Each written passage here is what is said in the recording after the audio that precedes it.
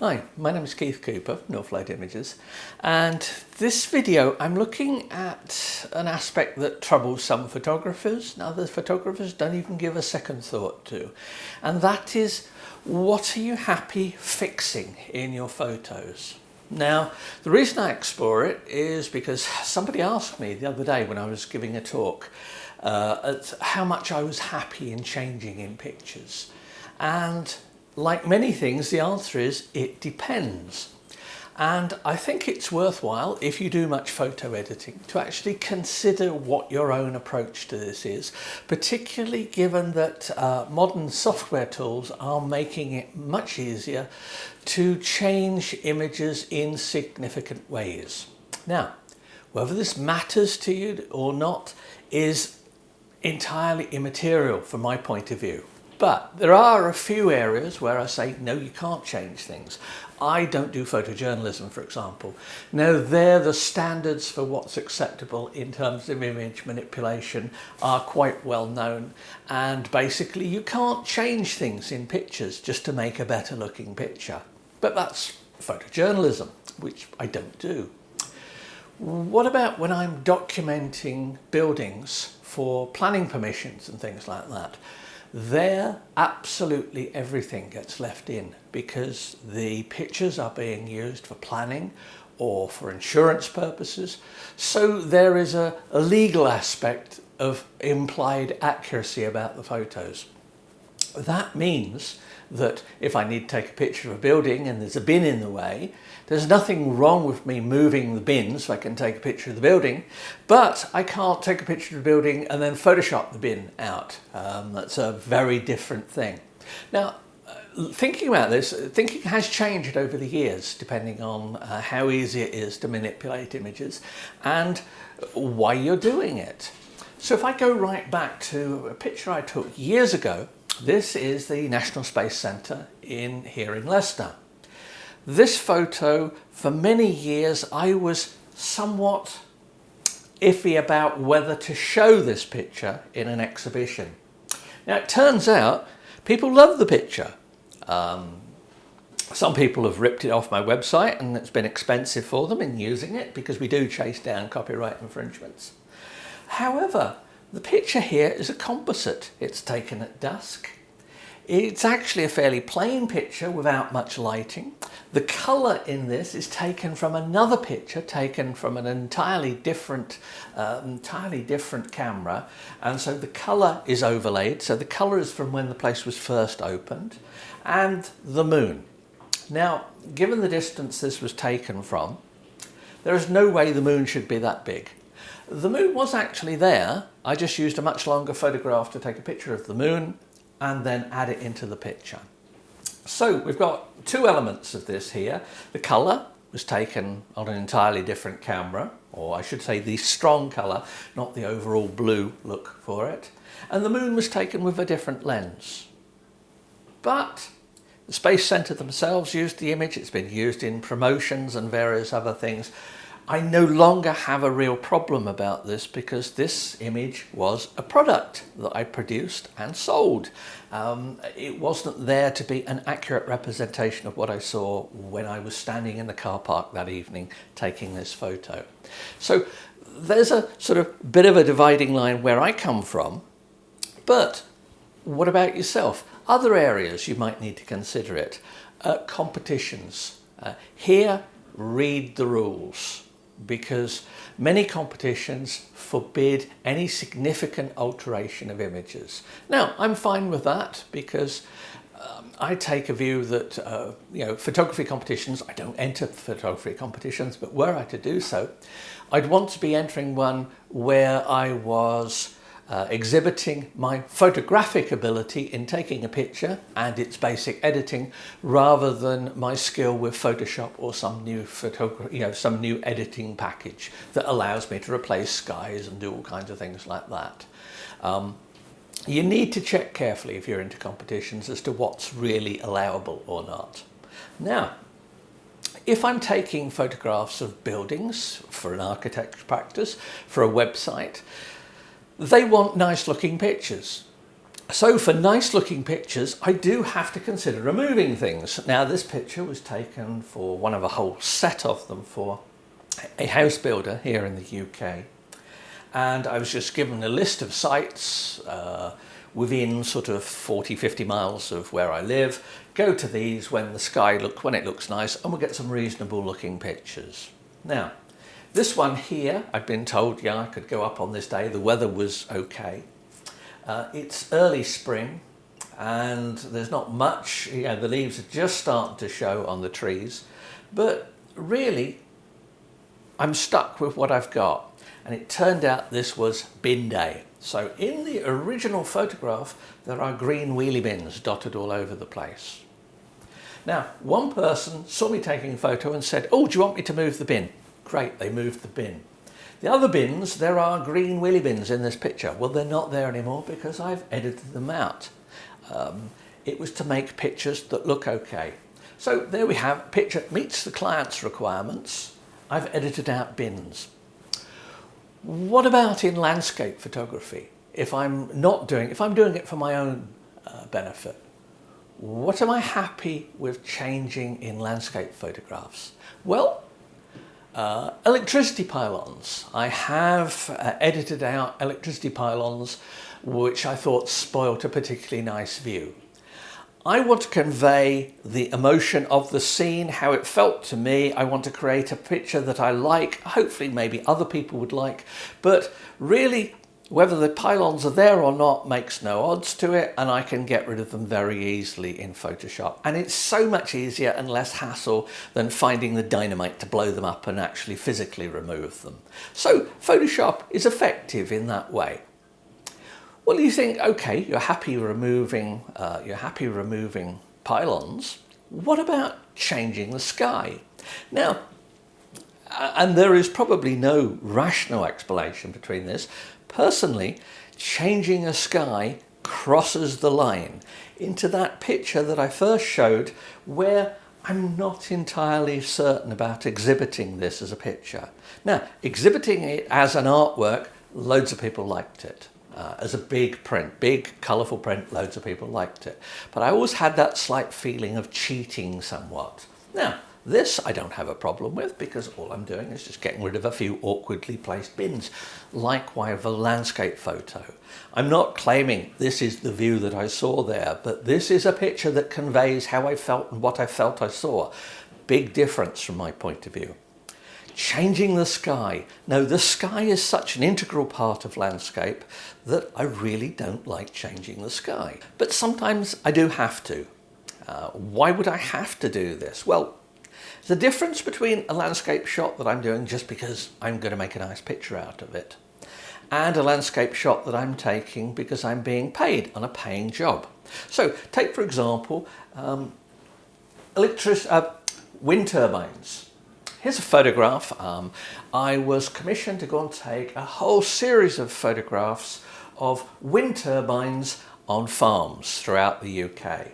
Now, unfortunately, this was in December or end of November, something like that, so the weather can't be guaranteed.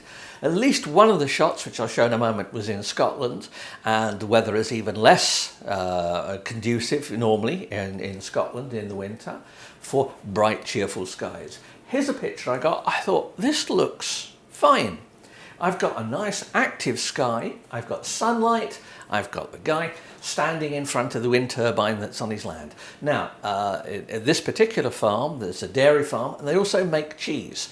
So the power for much of the farm comes from this wind turbine. And they use it, and it's part of a promotional scheme for the manufacturers and installers of the wind turbines. These are sort of like medium power turbines, that not the very large ones. So we've got a picture here, guy standing in front of this. This is just one. I picked a whole, I took a whole load of them.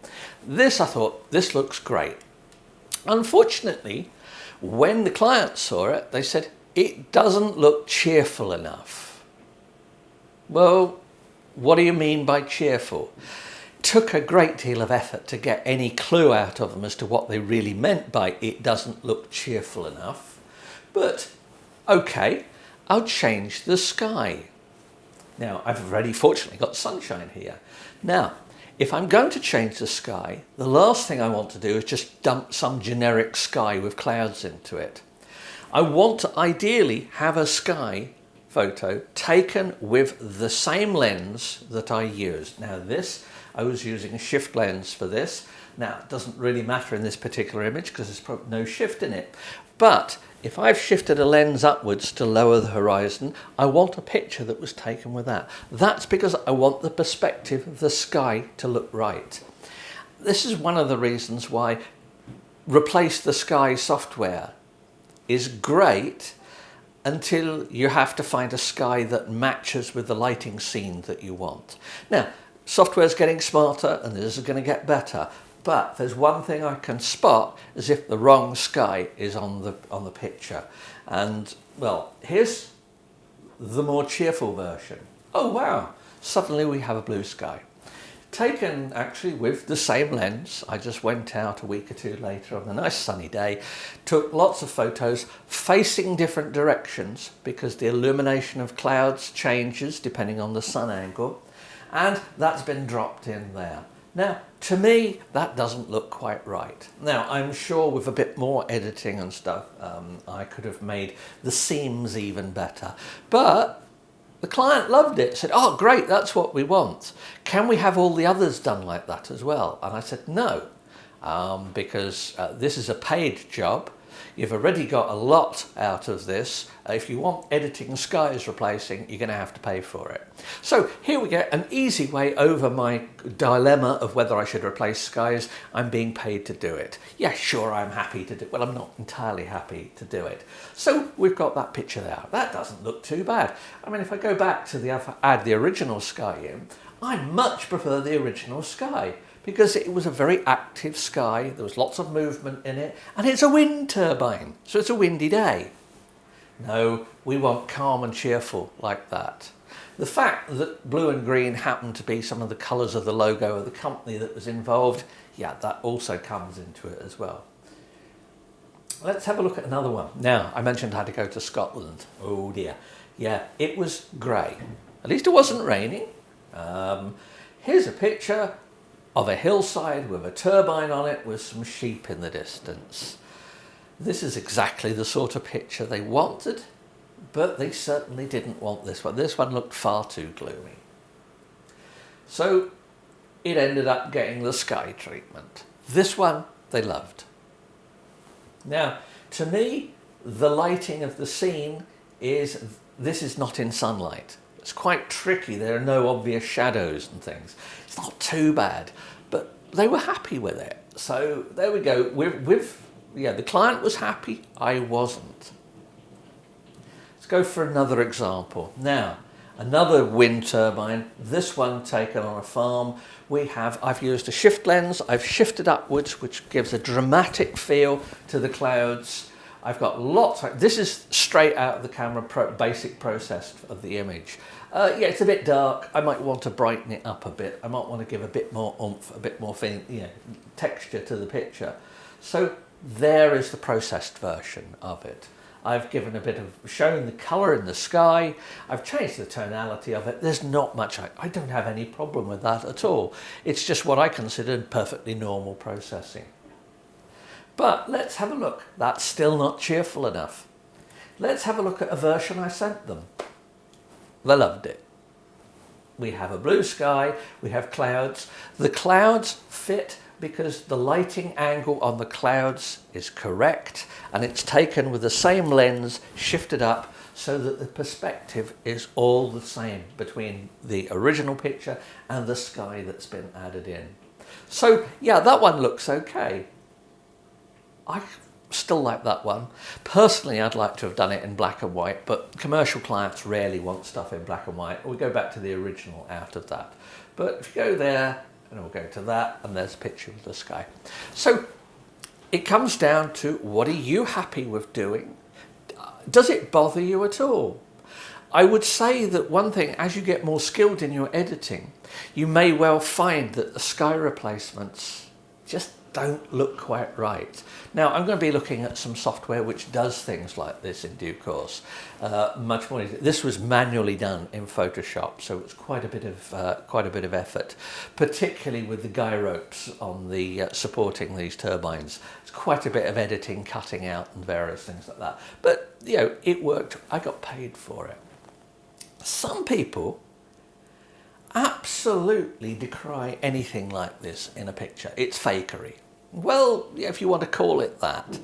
What I would suggest is to have a look. Now, I'll put a link in the notes here to when I was looking at this a few years ago. The whole idea of the FoundImage movement and the TrustImage logo for things, where it was in early days of digital photography, and there was a bit of a backlash. Unfortunately, you can probably guess where the backlash came from, without sort of overly castigating some photographers. But yeah, there was a bit of a sort of, oh no, we can't have this. We demand purity in our images. Well, a complete hokum. It just never seemed convincing to me in the first place. But going right back to that original image, which I did quite a few years ago, that made me think about what was I happy in replacing. When it comes down to it, it's what you're happy replacing. Well, obviously, unless you're entering competition that doesn't allow manipulation or stuff like that. But for general use, explore the tools that are coming on the market now, the software tools. Most of these have free demos of versions. Have a play around, see what you think, and see whether it makes you uncomfortable or whether you're okay with it. I would imagine that people who are used to using phones for taking pictures and using effects on them will be far less bothered by things like this, and will actually, well, if you're like that, you probably won't have got this far into the video anyway. But you know, some people really are bothered by this, some don't care, and others, well, if you're paying me to do it, I'll do it. Yeah, that's where it comes in. But if you're interested, do follow up the links. Some of them are died because there was no interest in this, but I've put links that follow through into original sources of info, which may be of use. So hopefully that was of some interest. It's all about thinking about your photography, and by thinking about your photography, improving your photography. And thanks for watching. Please do subscribe to the channel. I'm hoping to get some new printers and some other new kit before long. So I will keep producing more general printing and photography videos as well. You know, the kit reviews have not stopped. It's just I've run out of new kit to test. So thank you very much, and goodbye.